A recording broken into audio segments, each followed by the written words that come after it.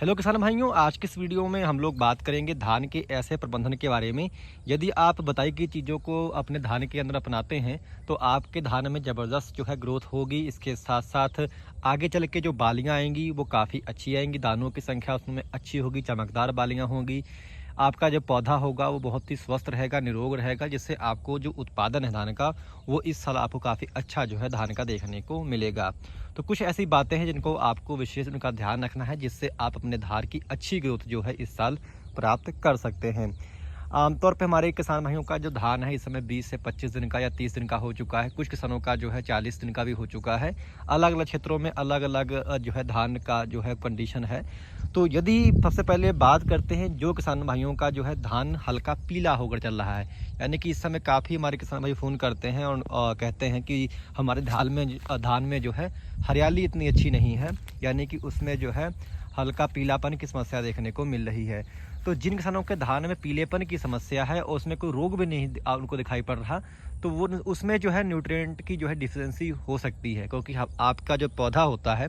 उसको तकरीबन 17 तत्व जो है चाहिए होते हैं अपने वृद्धि और विकास के लिए, जिसमें से तकरीबन जो है ज़्यादातर जो है आप पौधों को हवा से और पानी से मिल जाते हैं। कुछ जो है हमें अब जो है अलग से सप्लाई करने पड़ते हैं और कुछ जो है मिट्टी में स्वयं जो है पौधे उनको ले लेते हैं। जो हमें अलग से डालने पड़ते हैं उनमें आप जानते हैं कि आपका एनपीके यानी कि नाइट्रोजन, फास्फोरस, पोटाश, इसके सिवा आपका मैग्नीशियम है, जिंक है, सल्फर है, इसके सिवा आपका जो है फेरस है, यानी कि ऐसे बहुत सारे तत्व हैं जो कि आपको अलग से सप्लाई करने पड़ते हैं, जिसके कारण यदि उनकी कमी रह जाती है आपके पौधों में तो आपका पौधे में जो है पीलापन रहता है। अब यदि हम लोग धान की बात करें तो धान में सबसे अधिक जो पीलेपन की जो समस्या जिस कारण से आती है वो आती है जिंक की कमी से।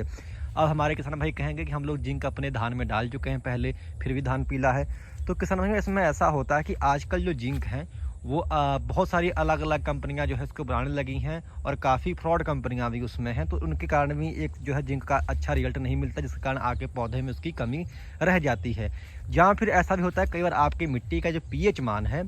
वो अधिक होता है, जिसके कारण जो मिट्टी का जो पीएच मान जब अधिक या कम होता है तो उसके कारण भी पौधा जो है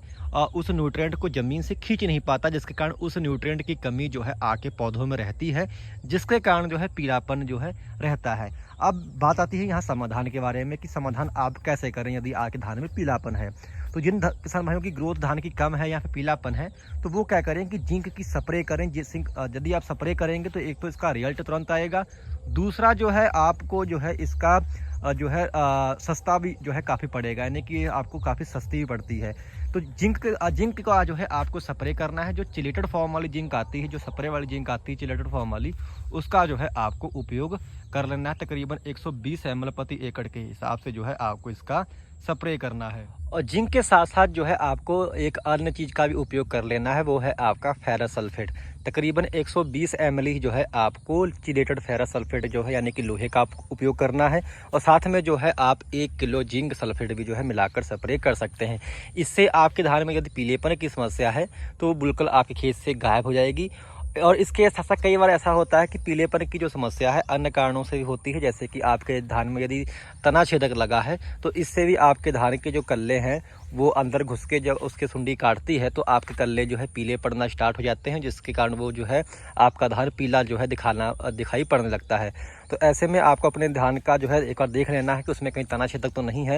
यदि तना छेदक है तो उसमें आप कोई अच्छा स्प्रे लगाएं। स्प्रे उस समय लगाएं, उस समय बहुत हमारे किसान भाई जो है नीचे दानेदार डाल देते हैं कीटनाशक, जिनका जो है रिजल्ट तो धीरे धीरे आता है, तब तक सुंडी काफ़ी नुकसान कर देती है। तो कोशिश करें कि आप जब आपके खेत में सुंडी लग जाए तो उस समय सिर्फ जो है आप स्प्रे ही करें, और वो भी कोई अच्छी दवा डालें, जैसे कि आपका एम्पिलगो आती है सिजेंटा की, इसका आप जो है उपयोग कर सकते हैं, या फिर कोराजन को ही डाल सकते हैं तकरीबन 60 ml प्रति एकड़। यदि एम्पिलगो लगा रहे हैं तो तकरीबन आपको जो है 100 ml प्रति एकड़ लेना है। उसके अंदर जो है आपका जो कोराजन वाला टेक्निकल है क्लोंटालिप्रोल, और साथ में जो है लेमडा उसके साथ में होता है, जिस कारण उसका जो रिजल्ट है वो काफ़ी बेहतर आता है।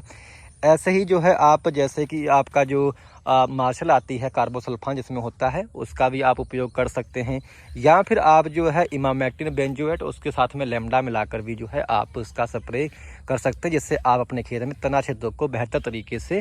रोक सकते हैं। तो यदि आपके खेत में सुंडी का आक्रमण है तो आप जो है इसका स्प्रे जो है आप पहले करें, उसके बाद में ही जो है खादों की तरफ आप जाएं। यदि आप कोई भी खाद डाल लेंगे, यदि आप उस अपने खेत में सुंडी लगी हुई है तो उसका जो है रिजल्ट आपको देखने को नहीं मिलेगा, जिसके कारण आपके धान में पीलापन फिर भी बना रहेगा।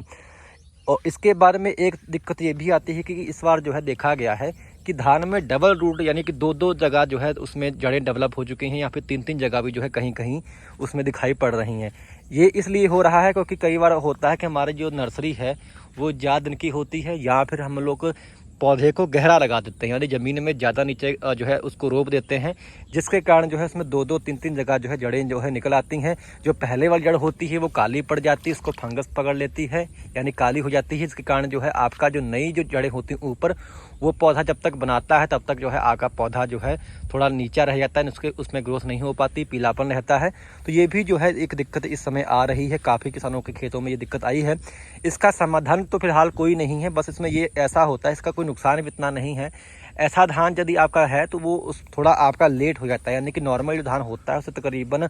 15 दिन जो है 10 से 15 दिन जो है पीछे हो जाता है, क्योंकि जब वो अपने ऊपर जड़ बनाएगा, जब डेवलप हो जाएगी जड़ उसकी, तभी जो है आपका जो पौधा जो है ज़मीन से खुराक खींच पाएगा। ऐसे में यदि आप उसमें बहुत कुछ डाल रहे हैं तो वो पौधा उसको खींच ही नहीं पाएगा, क्योंकि उसका जो है रूट जो है अच्छे से डेवलप नहीं हो पाई। जो पहली रूट थी वो नीचे चली जाती है, जिसके कारण वो काली पड़ जाती है, और ऊपर जब तक आपका पौधा उसको बनाता है तब तक जो है आप थोड़ा लेट हो जाता है। तो वो ऐसा जो अगर आपके खेत में डबल रूट या ट्रिपल रूट है, अगर आप उसको उखाड़ के देखेंगे जिनकी पौधों की ग्रोथ नहीं हो रही या पीलापन है, तो वो थोड़ा वेट करें, यानी कि थोड़ा इंतजार करें। आपका पौधा जो है जब तक उसकी जब रूट डेवलप हो जाएगी उसके बारे में जो है जो भी आपने डाला होगा ज़मीन में वो खींचना स्टार्ट कर देगा। ज़्यादा जो है आप उसमें बहुत ज़्यादा जो है ग्रोथ प्रमोटर या फिर खादों का उपयोग ना करें यदि आपके खेत में डबल रूट की दिक्कत है, क्योंकि यदि आप दुकानदार के पास जाएंगे तो वो आपको काफ़ी सारी दवाएँ पकड़ा देगा और आप खाली में जो है खर्चा करेंगे ज़्यादा। तो यदि आप इसमें हल्का वेट कर लेते हैं तो थोड़ा आपका पौधा जो है नॉर्मल धान से थोड़ा जो है लेट में ग्रोथ पकड़ेगा, परंतु आपके धान में फिर से जो है ग्रोथ अच्छी आ जाएगी। एक तो ये कारण हुआ, यानी कि इसके कारण भी जो है ग्रोथ आपके धानों की कम है या फिर पीलापन जो है समस्या आपके खेत में आ रही। तो आपको अपने खेत की जो है मॉनिटरिंग अच्छे से कर लेना है। पौधे आपको उखाड़ के जिन पौधों की ग्रोथ कम है तो आपको उन पौधों को एक बार उखाड़ कर देख लेना है, जिसके कारण जो है आपको ये क्लियर हो सके। इसके साथ साथ यदि आपका जो है धान तकरीबन जो है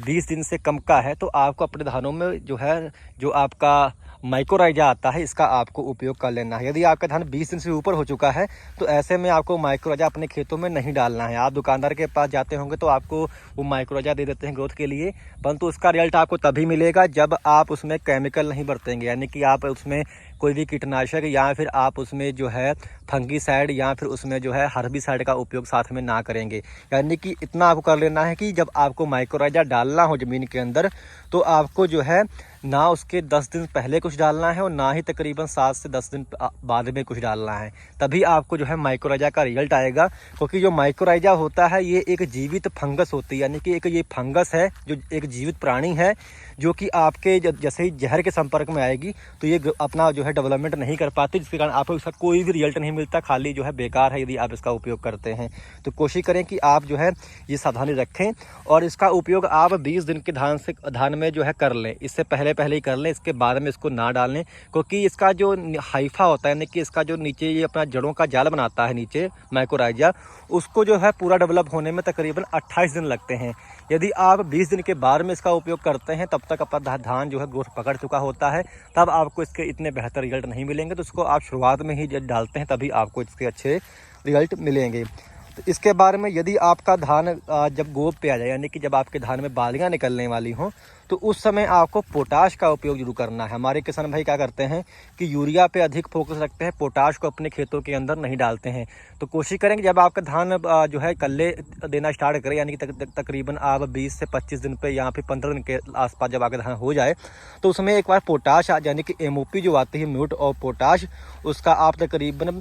15 से लेकर के 20 किलो प्रति एकड़ के हिसाब से आप उसका बुरकाव जो है कर दें, यानी कि आप एक बार 15 से 20 दिन पे कर दें या 25 दिन पे धान धान में। उसके बाद में जब आपका धान गोप पे आ जाए, यानी कि जब आपका धान बालियाँ उसमें बनना स्टार्ट हो जाए, उस समय जो है आप उसमें जो आपका पोटाश है उसकी आप स्प्रे कर सकते हैं। जैसे कि आपका 0050 आता है या फिर 13045 आता है, इसकी तकरीबन 1.5 किलो मात्रा प्रति एकड़ के हिसाब से जो है आपका इसका स्प्रे यदि करते हैं तो इससे आपका पौधा में जो है अच्छे जो है दानों में चमक आती है। ये आपको जरूर करना है, क्योंकि इससे आपके पौधों में अच्छी चमक आएगी, दानों में खालीपन नहीं होगा, यानी कि आपके दाने में फराहा नहीं होगा, बिल्कुल भरे दाने होंगे। दानों में अच्छी जब चमक होगी तो आपको मंडी भाव अच्छा मिलेगा। इसके साथ साथ जो साइज होगा दानों का वो काफ़ी अच्छा होगा, सभी दानों में अच्छा वजन आपको देखने को मिलेगा और लंबी जो है बालियाँ आपके धान में निकलेंगी। तो आपको जो है 0050 का या फिर 13045 का स्प्रे जो है आपको गोभे के समय जो है आपको अपने धान में कर लेना है। इससे बहुत ही जो है आपका उत्पादन बढ़ता है, क्योंकि आपके जब पौधा होता है, जैसे आपका ये मान लीजिए पौधा है, इसके अंदर जो भी ये पौधा जो है भोजन अपने अंदर बनाया हुआ है, ये जो है बालियों तक लाने का जो कार्य होता है। जब आपके पौधे में जब बालियाँ आएंगी, उस बालियों तक ये जितना इसका एनर्जी है, यानी कि जो भी इसका फूड मटेरियल है, इसको बालियों तक ले जाने का जो कार्य होता है वो पोटाश ही करता है। यानी कि पोटाश के बिना जो है ये ऊपर तक ट्रांसफ़र नहीं हो पाता, जिसके कारण जो है आपका उत्पादन घटता है। तो यदि आप पोटाश डाले रहेंगे तो इससे आपका उत्पादन धान का काफ़ी बढ़ेगा और आपको काफ़ी अच्छे जो है रिजल्ट देखने को मिलेंगे।